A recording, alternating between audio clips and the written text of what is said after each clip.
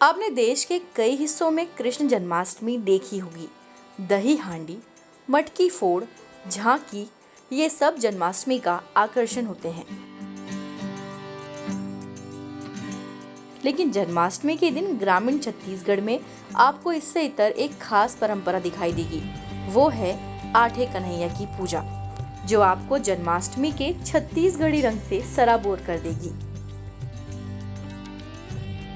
भगवान कृष्ण की भक्ति का एक सुंदर रूप है आठे कन्हैया, जो छत्तीसगढ़ की लोक चित्रकारी में बसी है।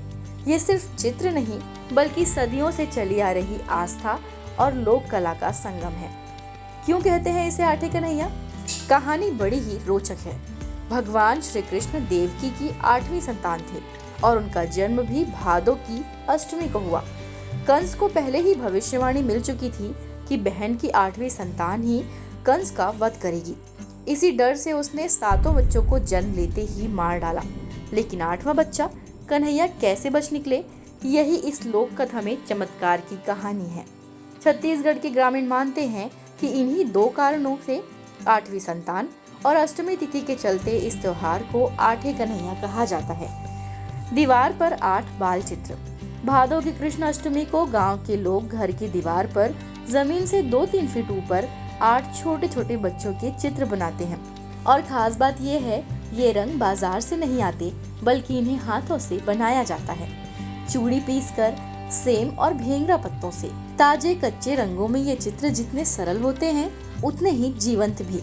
कई बार इनके आसपास सांप, बिच्छू, नाव, पतवार जैसे प्रतीक भी बनाए जाते हैं। लोक श्रुति और नाव की कहानी।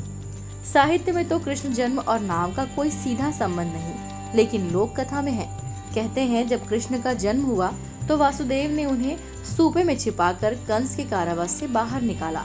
शायद इसी वजह से यहाँ कुछ चित्रों में नाव और पतवार भी बनाई जाती है, मानो नदी पार कराते वासुदेव का दृश्य।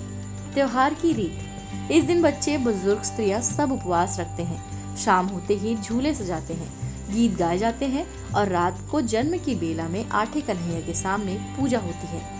दीवार पर बने ये चित्र न सिर्फ कृष्ण जन्म की याद दिलाते हैं, बल्कि गांव की कला, संस्कृति और साझा आस्था को भी जिंदा रखते हैं। एक पीढ़ी से दूसरी तक ये कला किसी चित्रकला विद्यालय में नहीं निकली, बल्कि पीढ़ी दर पीढ़ी, माँ से बेटी, दादी से पोती तक चली आई है। हर घर में, हर त्योहार पर इसे नए रंग, नई कल्पना और नए भाव मिलते हैं। तेजी से बदलते समय में भी कुछ गाँव आज भी इस परंपरा को निभा रहे हैं। लेकिन जैसे जैसे आधुनिकता बढ़ रही है, आठे गोकुल या आठे कन्हैया की कला धीरे धीरे सिमटती जा रही है। जरूरत है कि इसे सिर्फ एक त्योहार नहीं, बल्कि एक अमूल्य सांस्कृतिक धरोहर मानकर सहेजा जाए, ताकि आने वाली पीढ़ियां भी जाने कि छत्तीसगढ़ में कृष्ण जन्माष्टमी सिर्फ मनाई नहीं जाती, उसे दीवारों पर जिया जाता है। क्या आपके घर में भी आठे गोकुल की पूजा की जाती है? अगर हाँ, तो हमें कमेंट कर जरूर बताएं। वीडियो को लाइक और शेयर करना ना भूलें।